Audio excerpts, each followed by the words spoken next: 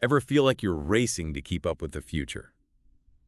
Well, today we're diving into the mind of someone who's seen to live in that future, John von Neumann. And might I add, a fascinating future it was. Absolutely. Yeah. And guiding us on this journey is Dr. Leo Lexicon, author of the new book, John von Neumann, The Giga Brain.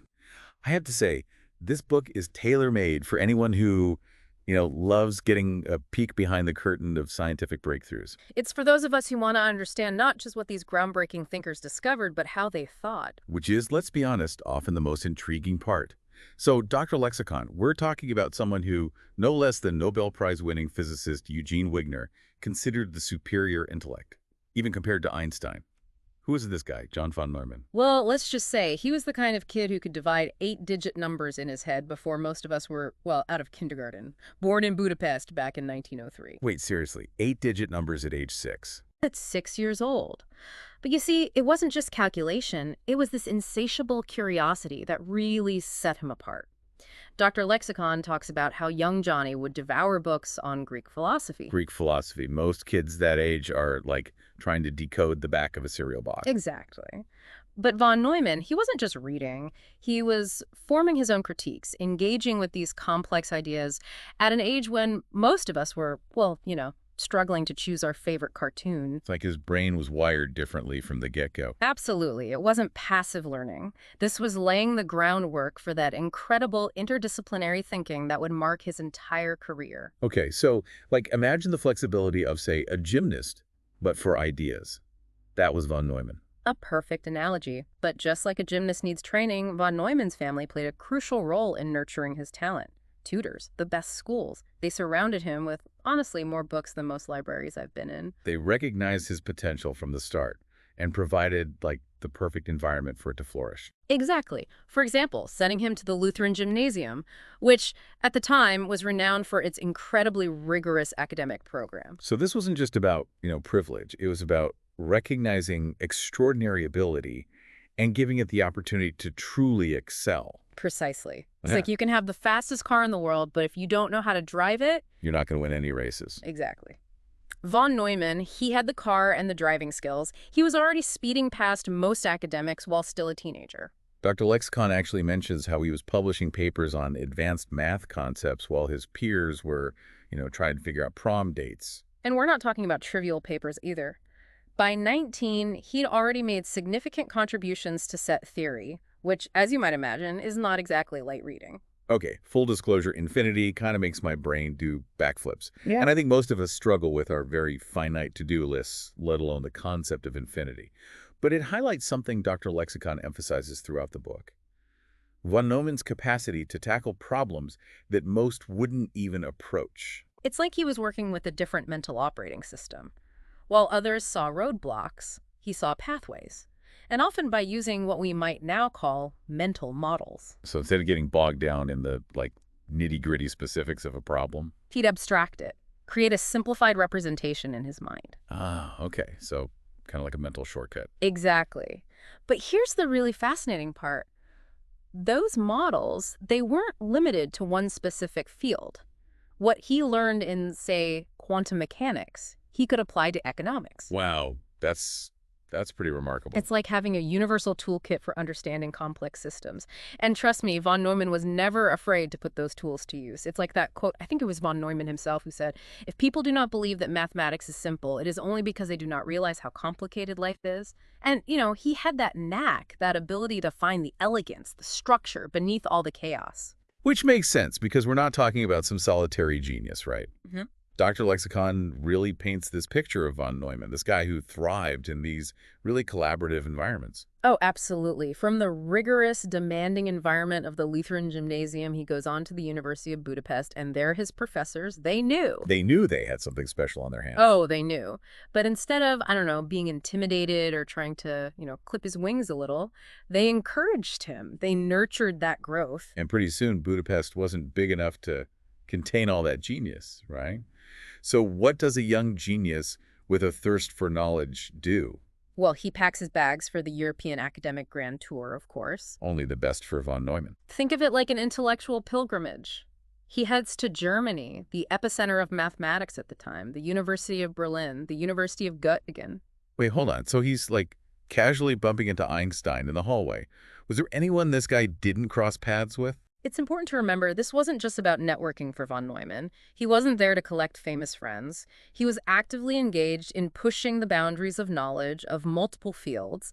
It was a time of, I'd say, immense intellectual ferment, and he thrived in that environment. I'm trying to imagine those study sessions, von Neumann, Einstein, debating the nature of reality over coffee and cake.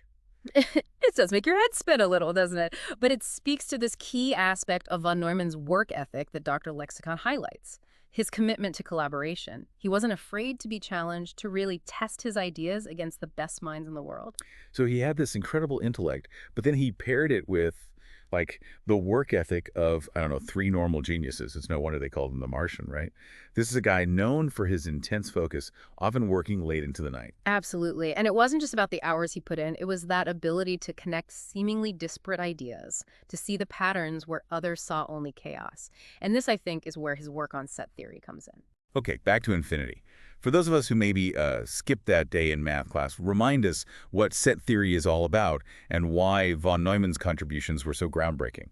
Imagine, if you will, trying to organize a library, but not just any library, the library of everything. Everything. Everything, every book, every concept, every number, stretching on forever. Yeah. That's what mathematicians were grappling with when it came to infinity. Right. How do you create order out of the boundless? And that's where von Neumann stepped in, toolkit in hand. Precisely. He brought clarity to this incredibly abstract concept of infinity by developing the idea of ordinal numbers. Essentially, it's a way to define the position of something within an infinite set. It sounds very abstract, and it is, but it revolutionized how we understand the very foundation of mathematics. So, like, he created a map of infinity, made it navigable for the first time, and he did this while also revolutionizing quantum mechanics and didn't he also invent game theory? He did, and it's actually a perfect example of how his mind worked. Just as he brought order to the infinite with set theory, he brought this entirely new way of thinking about strategic decision-making with game theory. Okay, before we get into the nitty-gritty of game theory, because I know you can geek out on this stuff, I have to ask, how did he even get into that? Was he just, like, bored one day and decided to figure out the optimal poker strategy? Well, it wasn't quite that simple, though he was known to enjoy a good game of poker.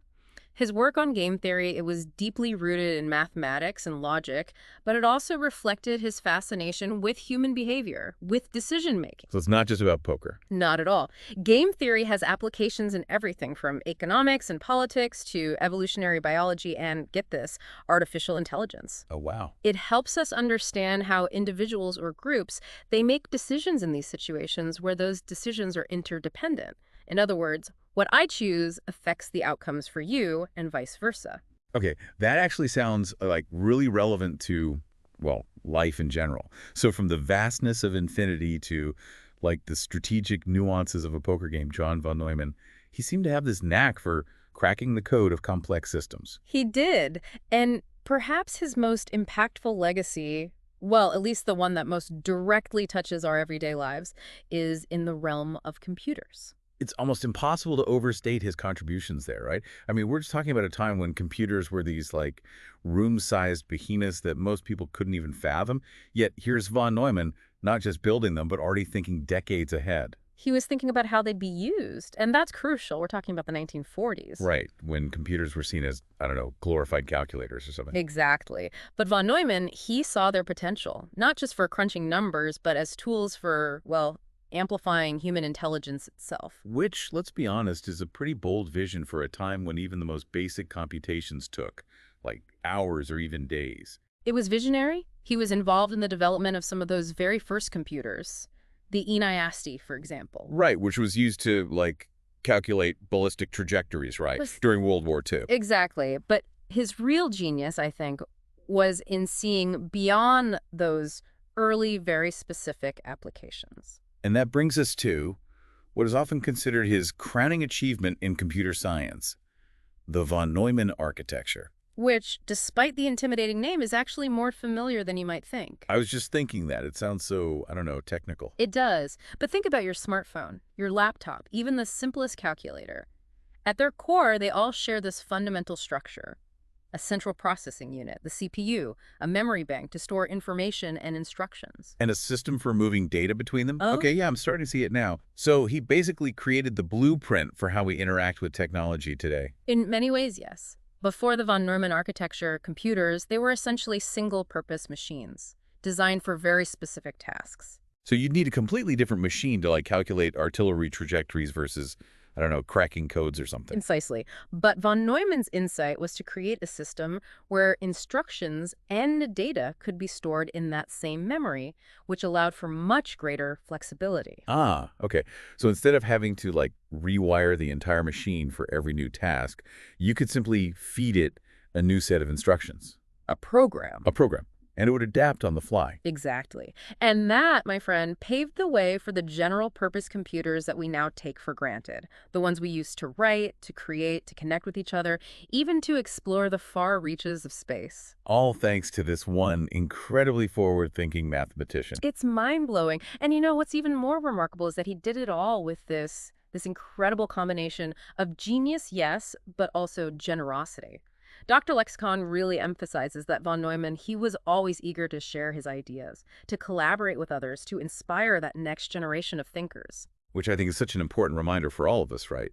That true genius, it's not about hoarding knowledge, it's about sharing it, using it to illuminate the world around us. Beautifully said. And for those of you who want to delve even deeper into the life and work of this truly extraordinary individual, well, Dr. Lexicon's book, John von Neumann, The Giga Brain, is an absolute must-read. It's a fascinating, captivating journey through the mind of someone who not only witnessed the future, but in many ways helped to create it. You can find links to the book, along with all sorts of other fascinating titles from Lexicon Labs down in the description. And while you're down there, why not hit that subscribe button and follow Dr. Lexicon on X and TikTok for even more mind-expanding content. And hey, if you know anyone who'd appreciate this deep dive into the incredible world of John von Neumann, be sure to share it with them. After all, as von Neumann himself once said, it is not the brains that matter most, but that which guides them. Character, heart, generous qualities, progressive ideas. Words to live by. Until next time, keep those minds curious and those conversations flowing.